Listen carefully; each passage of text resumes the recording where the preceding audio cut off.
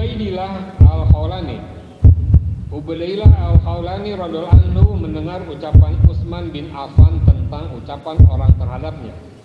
Ketika membangun masjid, Rasulullah SAW katanya, sesungguhnya Anda banyak mengatakan yang bukan-bukan, sedangkan aku mendengar Nabi SAW bersabda, siapa yang membangun masjid karena bukair, aku kira dia juga.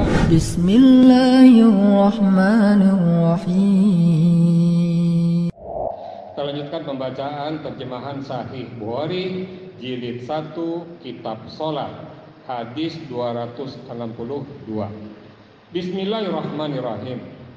Dari Aisyah radhiyallahu anha katanya, ada seorang anak perempuan hitam, sahaya kepunyaan seorang Arab yang kemudian dimerdekakannya. Namun begitu, masih tinggal bersama-sama dengan mereka. Saya itu bercerita, pada suatu hari anak gadis mereka keluar rumah dengan memakai selendang kulit berwarna merah.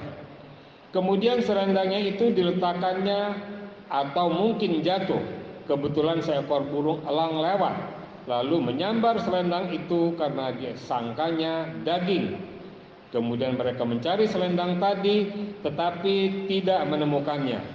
Lalu mereka menuduh anak perempuan hitam itu mengambilnya, dan mereka memeriksanya dengan teliti sehingga kemaluannya pun diperiksa juga. Kata saya itu, demi Allah, ketika saya berdiri bersama-sama mereka,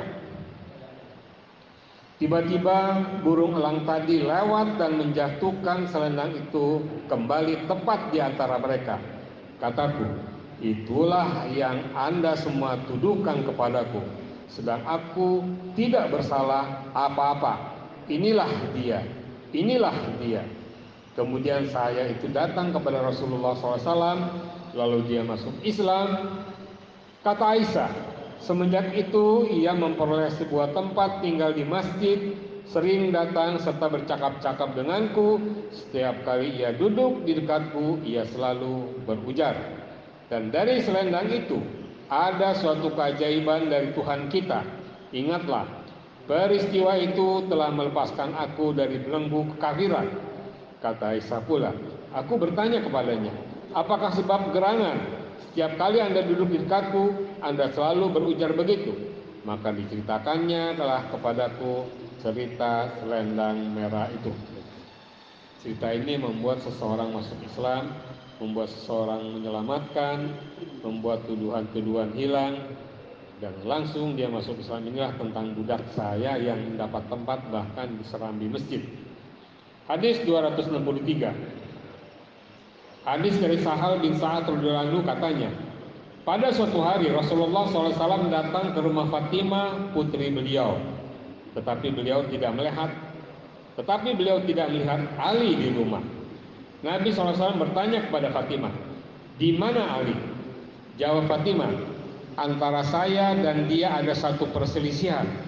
Lantas dia marah kepadaku, lalu dia pergi dan tidak tidur siang di rumahku. Setelah Rasulullah menyuruh seseorang, carilah dia. Di mana dia? Orang itu kemudian datang melaporkan, ya Rasulullah, dia tidur di masjid. Maka datanglah Rasulullah SAW ke masjid, didapatinya Ali sedang tidur. Cedarnya jatuh dari rusuknya sehingga kena tanah, lalu dibersihkan oleh Rasulullah sambil berkata, bangunlah hai orang bertanah, bangunlah hai orang bertanah. Ada keterangan penerjemah dari hadis ini dan hadis sebelumnya, diketahui bahwa laki-laki atau perempuan boleh tidur di masjid. Ya. Dengan hadis ini Ali dikenal dengan Abu Turab atau bapaknya orang berdebu. Hadis 264. Hadis 264, Ka'ab bin Malik radhiyallahu anhu berkata, apabila Rasulullah SAW baru kembali dari suatu perjalanan, lebih dahulu beliau datang ke masjid dan sholat di sana. Ini satu kebiasaan yang baik kalau kita dari antar provinsi datang sampai ke rumah kita di sektor 6 atau sektor 7, sholatlah 2 rakaat lebih dahulu. Demikian itu dicontohkan oleh Nabi. Hadis 265. Dari Ikrimah radhiyallahu anhu katanya, Ibnu Abbas berkata kepadaku dan kepada anaknya, Ali, pergilah kamu berdua kepada Abu Sa'id dan dengarlah ceritanya. Lalu kami berdua pergi kepadanya dan kami dapati dia sedang dalam kebun membersihkan kebun itu. Setelah melihat kami, maka diambilnya cedarnya lalu dia duduk berpangku lutut dan dia mulai bercerita kepada kami, sehingga sampai kepada cerita membuat sebuah masjid. Katanya, kami membawa batu satu demi satu, sedangkan Ammar membawa dua buah. Ia kelihatan oleh Nabi SAW, lalu dibuangkannya tanah yang melekat pada Ammar, sambil beliau berkata, kasihan Ammar, dia dibunuh oleh orang-orang jahat, namun Ammar memanggil mereka ke surga, tapi mereka memanggil Ammar ke neraka. Kata Ammar, aku berlindung dengan Allah dari segala bencana. Ya. Kalau kita ikut membangun masjid seperti itu, bahwa maksudnya oleh Rasulullah bahwa apa yang kita bangun itu memanggil-manggil orang, kita memanggil-manggil mereka untuk hayo bergabung ke masjid. Seperti itu maksud dari hadis ini. Dan cedar yang dipakai oleh Abu Sa'id adalah sebagai satu perlambangan harus dalam segala kegiatan bersiaplah untuk sholat, dan dipakailah untuk menyambut orang di cedar seperti serban yang tadi dipakai oleh Ustadz. Hadis 266. Ubaidillah al-Khawlani radhiyallahu anhu mendengar ucapan Utsman bin Affan tentang ucapan orang terhadapnya ketika membangun masjid. Rasulullah SAW katanya, sesungguhnya Anda banyak mengatakan yang bukan-bukan, sedangkan aku mendengar Nabi SAW bersabda, siapa yang membangun masjid karena bukair, aku kira dia juga menyebutku karena mengharap wajah Allah, niscaya Allah membuatkan pula baginya di surga bangunan seperti itu. Walaupun di hadis yang lain, walaupun sebuah bata, bangunlah masjid dan Anda insya Allah mendapatkan apa yang dijanjikan Allah. Hadis 267. Dari Abdullah radhiyallahu anhu dari Nabi SAW sabdanya, barang siapa masuk ke masjid atau ke pasar-pasar kita dengan membawa anak panah, hendaklah dipegangnya anak panah itu supaya tidak melukai seorang muslim dengan perbuatannya itu.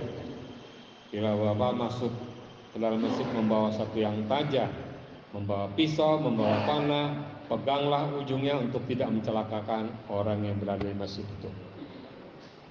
Hadis 268. Abu Salamah bin Abdurrahman bin Auf radhiyallahu anhu menceritakan bahwa dia mendengar Hasan bin Sabit Al-Ansori meminta keterangan kepada Abu Hurairah. Katanya, saya mohon kepada Anda karena Allah, adakah Anda mendengar Nabi SAW mengatakan, hai Hasan, jawabkanlah untuk Rasulullah SAW. Ya Allah, tolonglah Hasan dengan semangat yang suci. Jawab Abu Hurairah, ya betul, saya mendengar itu. Keterangan penerjemah, perkataan ini diucapkan oleh Nabi SAW ketika mendengar syair-syair yang diucapkan oleh orang untuk memuji Rasulullah. Maka oleh Rasulullah disuruhnya Hasan menjawab syair-syair itu sambil beliau mendoakannya supaya Hasan dapat semangat yang suci. Ya. Ini Hasan bersalawat kepada Rasulullah.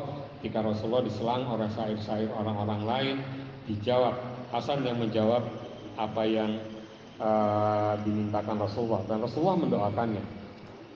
Hadis terakhir untuk pagi hari ini hadis 269. Hadis 269 dari Aisyah radhiyallahu anha katanya, seorang sahaya perempuan bernama Barirah datang kepadaku memohon supaya ia dimerdekakan. Kata Aisyah, jika engkau mau, akan kuserahkan engkau kepada keluargamu yang masih ada berhubungan keluarga dengan saya.